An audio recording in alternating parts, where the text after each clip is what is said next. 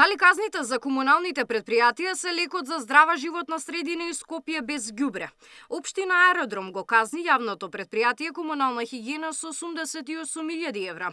Казната следува по бурните реакции на скопјани, кои тврдат дека ѓубрето не се собира навремено, а контејнерите се преполни.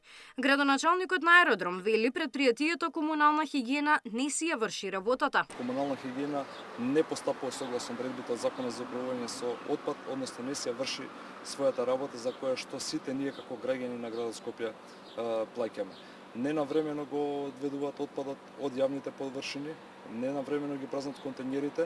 Имаме многу поплаки во изминатиот период каде што повеќе од неколку недели не го преземат индивидуалниот отпад од домаќинствата.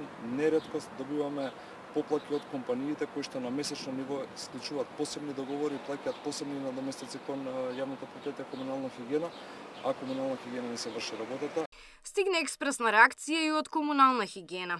Лицемерие и ефтин театар одведе градоначалникот на Аеродром. Полуградоначалникот Митевски без легитимитет се обидува да собира политички поени преку лажно обвинување на јавното предпријатие Комунална хигиена.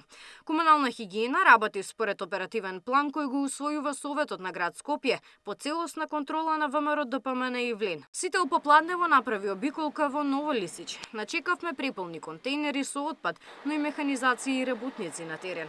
Во меѓувреме, за ѓубрето реакција денеска имаше и градоначалникот на Чаир Висар Ганију. Преку видео алармираше од недостаток од контејнери. Бројката на контејнери не е намалена. Старите мали садови се заменети со нови, поголеми и со значително поголем капацитет.